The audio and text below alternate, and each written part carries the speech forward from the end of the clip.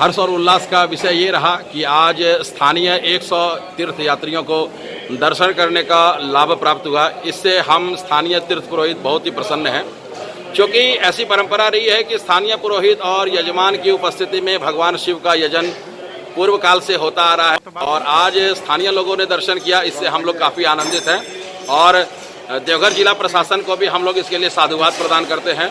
श्रावण मास का प्रत्येक दिन ऐसे तो शिव पूजा के लिए लाभकारी है, लेकिन उसमें भी सोमवार का दिन, क्योंकि वो खुद चंद्रेश्वर हैं और सोमनाथ महादेव जैसा आप जानते हैं कि भगवान चंद्र के नाम पर ही स्थापित है, इसीलिए सोमवार का दिन भगवान शिव की पूजा के लिए विशेष ही लाभकारी है।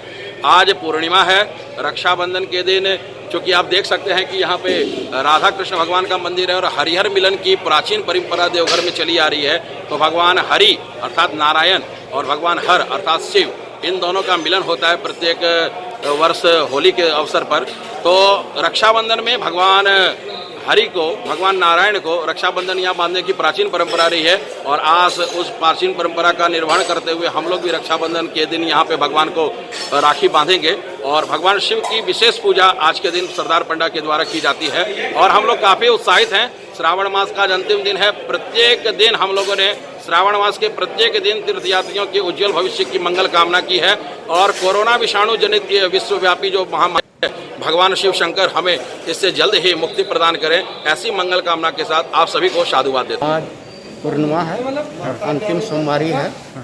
प्रशासन के तरफ से मुझे जो पंडा धर्म रक्षणी सभा के महामंत्री हैं, उन्होंने फ़ोन किया कि आप विशेष आमंत्रित हैं तो क्या कल पूजा कीजिएगा। मैंने कहा बाबा जैसा आपका आशीर्वाद होगा जरूर पूजा करेंगे। कल ठीक है, तो आपका नाम दे देते हैं, आप 6 बजे के पहले पहुंच जाइएगा, 6 बजे पूजा हो जाएगी। तो उसके बाद कौन व्यवस्था के तहत गए पूजा अंदर कैसे किए? अंदर यहाँ लिस्ट में नाम था, नाम को मिलाया, उसके बाद जो है तो ऊपर होते हुए आपका ये धर्मरक्षणी सभा के सीढ़ी होते हुए गए। पूजा व्यवस्था बहुत बढ़िया था, सोशल डिस्टेंस को मेंटेन करते हुए मंदिर में पूजा। देखिए, सावन के महीने में पिछले कुछ सालों में और जब भी होता है यहाँ पर काफ़ी भीड़ आती रही है, तो विधि व्यवस्था को कंट्रोल करने के लिए, श्रद्धालुओं को अच्छे से फैसिलिटेट कराने के लिए पुलिस की भूमिका हमेशा से महत्वपूर्ण रही है। इस बार कुछ चेंज आया सावन में। पहले हाईकोर्ट के डिसीजन के कारण केवल ई दर्शन की व्यवस्था की गई और जो पारंपरिक पूजा और सरकारी पूजा होती थी केवल उसको अलाउ किया गया। तो पुलिस का उसमें ये रोल था कि जो हाईकोर्ट ने निर्णय लिया है, जो राज्य सरकार ने निर्णय लिया है, उस तरीके से उसका अनुपालन कराया गया। अभी जो नए गाइडलाइंस आई है उसमें ये है कि कुछ लोगों को, कुछ सीमित संख्या में लोगों को दर्शन कराया जाए और उसमें पुलिस की भूमिका यही है कि सोशल डिस्टेंसिंग और मास्क वगैरह पहन के, ताकि कहीं पर भी भीड़ इकट्ठी ना हो और एकदम प्रॉपर स्मूथ वे में दर्शन हो, जो एंट्री पर कहीं भीड़ ना लगे, एग्जिट पर कहीं भीड़ ना लगे। तो ये पुलिस का इसमें ये वो है कि किसी भी तरीके से लोगों के बीच में सोशल डिस्टेंसिंग के नॉर्म्स का वायलेशन ना हो। तो ये हम लोगों का इस समय सबसे बड़ी प्रायोरिटी है।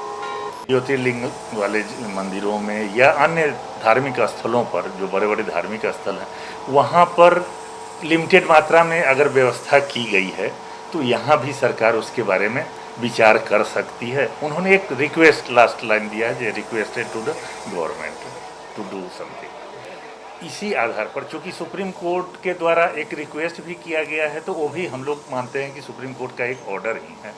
तो इसी के तहत सरकार का यह निर्देश आया है कि कुछ लोगों को दर्शन कराया जाए, यानी जो लोग आसपास के आते हैं जो दर्शन कर सकते हैं, लेकिन उसमें वर्ड दर्शन है, पूजन का नहीं है। अन्य जगहों पर भी दर्शन ही होता है, पूजा नहीं होती है। हम लोगों के यहाँ कुछ दूसरी पद्धति सभी दिनों से चली आ रही है। लोग जाते हैं, स्पर्श करना सबसे महत्वपूर्ण समझते हैं, जलार्पण महत्वपूर्ण समझते हैं, लेकिन कोर्ट का है अभी दर्शन कराने के। तो ऑनलाइन दर्शन तो हम लोग करा ही रहे थे, लेकिन कोर्ट का कहना है कि नहीं, ऑनलाइन ही नहीं ऑफलाइन भी, यानी उनको एक्चुअल दर्शन भी कुछ लोगों को कराया जाए। ये लेकिन वो विशेष अवसरों पर ये बात आई है। तो आज विशेष अवसर है, पूर्णिमा भी है, लास्ट सोमवारी भी है और सावन का अंतिम दिन है। तो इसलिए आज के दिन पर ये कराया जा रहा है। कुछ लोगों को लिमिटेड संख्या में पर्याप्त दूरी बनाते हुए काहे कि कोरोना का संक्रमण काल है। आपने देखा होगा कि पिछले कुछ दिनों काफ़ी यहाँ पर कोरोना के संख्या में वृद्धि हुई है।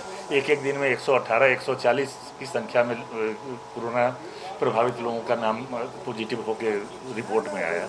तो इसको देखते हुए सोशल डिस्टेंसिंग मेंटेन करते हुए लोगों को सिर्फ दर्शन करा के उन लोगों को भेज दिया जाएगा जो लोग यहाँ पर आ पाते हैं।